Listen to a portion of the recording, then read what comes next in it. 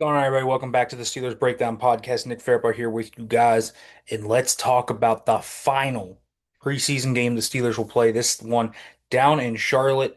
They will play the Carolina Panthers. I will not be there this time. Matt Connolly, who lives down there in Charlotte, will be covering this for us. I will be covering it from my home, so I will still be back here with the recap and everything tomorrow.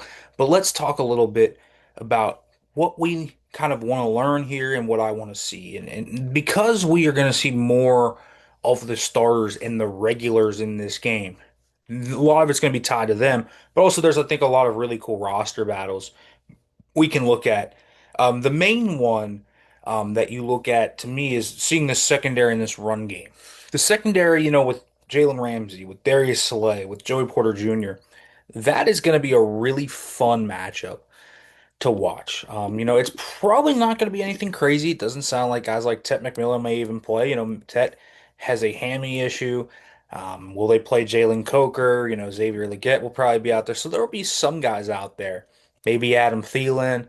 But the big thing to me is that the Steelers really are looking at how are we going to use this secondary out there. So I think they're going to experiment with some stuff.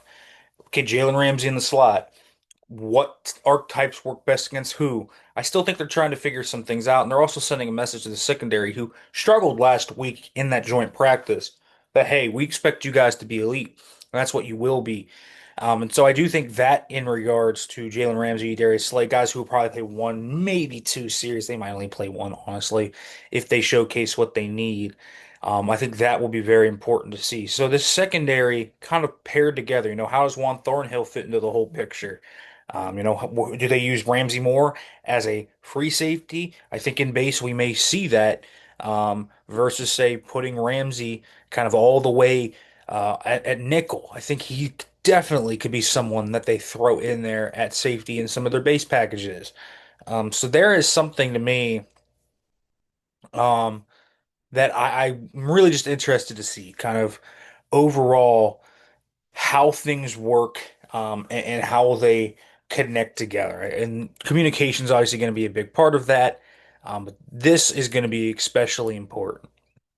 The other thing is, to me, I would look at this run game as the most important thing to learn about this week. It really is because I think you're gonna have some Jalen Warren. I think you're gonna have some Isaac Samuel, Pat Frymuth. You're gonna have tight end, O line, running back, all in there. No Aaron Rodgers, but you're gonna have those guys in there.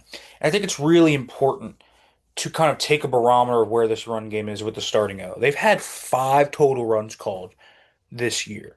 These two games, five total runs with the first team O. That's just not enough. I mean, Caleb Johnson has not gotten a single carry behind this first team offensive line. I would like to see him get one or two at least, start to feel out that starting offensive line. He's done it in training camp, but I'd like to see it a little more. It's such a timing based thing, wide zone and stuff like that are all about timing based. It's all about climbing to the second level. It's all about hitting your marks when you need to. Everything is about timing, timing, timing. And there's a lot of new on this offensive line, despite kind of the guys coming back, right? Broderick Jones, as I say them all, new pairing. McCormick and Fautanu are essentially new to each other because Fautanu missed the entire season last year, so that's a new pairing as well. And then you kind of got to work the tight ends together, and then you got to work in as well. How does the running back kind of read off that? Everything in wide zone is time based, landmark based. Everything has to hit. And so if you're a really good wide zone team, it's almost like poetry in motion.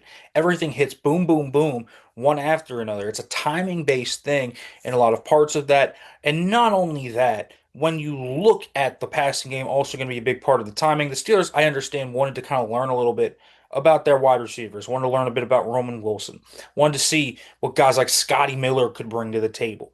But I do also think that the run game needs to showcase something.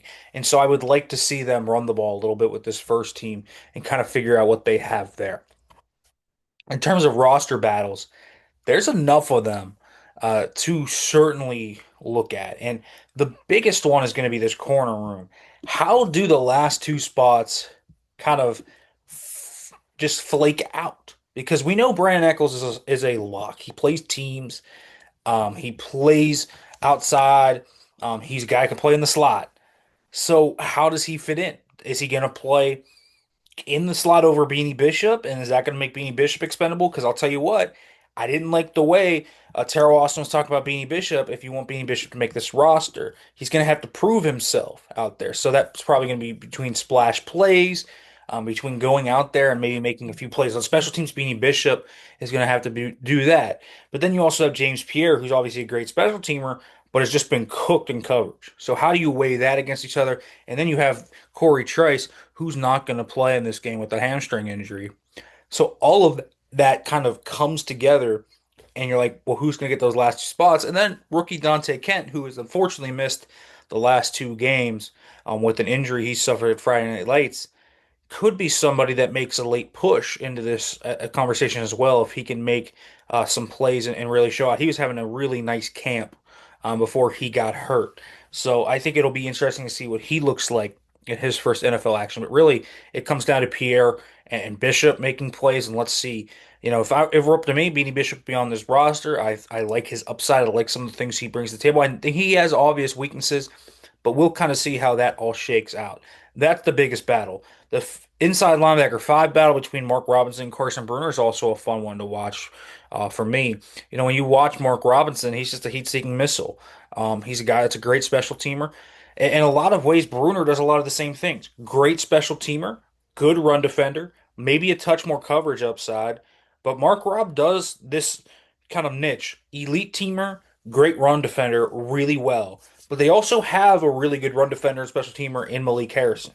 So do you go with the younger guy in Bruner that brings some upside, or do you already know what you're getting in Mark Robb? So do you keep Mark Robb around? I think there's a lot of questions there the Steelers are going to have to answer about that fifth inside linebacker spot.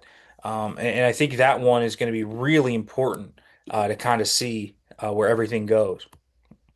This inside interior defensive line room is another one that I think is really fascinating to think about and watch.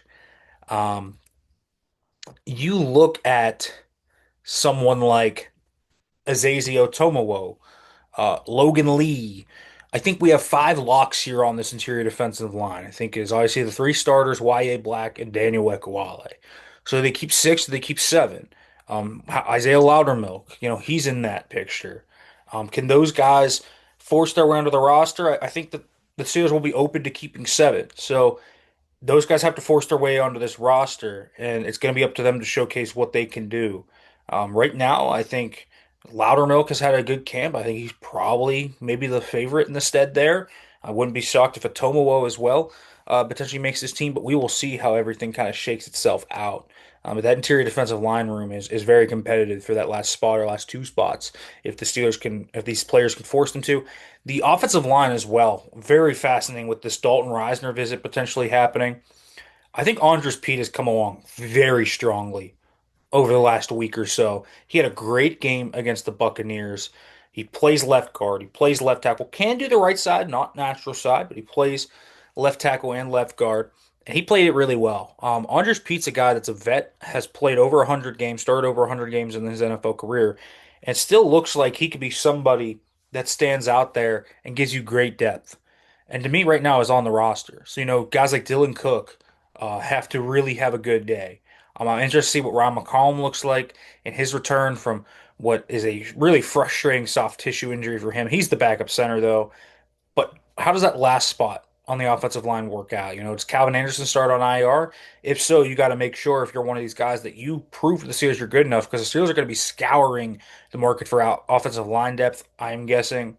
And I think someone like Andres Pete has had a really strong last game, has had a really strong last week or so of practice. He is someone that has put himself on their radar as someone that has really kind of climbed up the board rather quickly.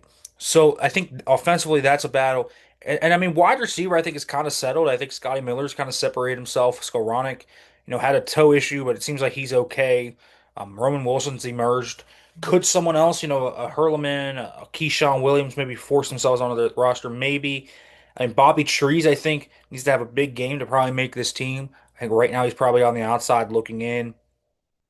So the Steelers kind of have to figure out the wide receiver depth still, but I think there's five names on there that are pretty easy to select.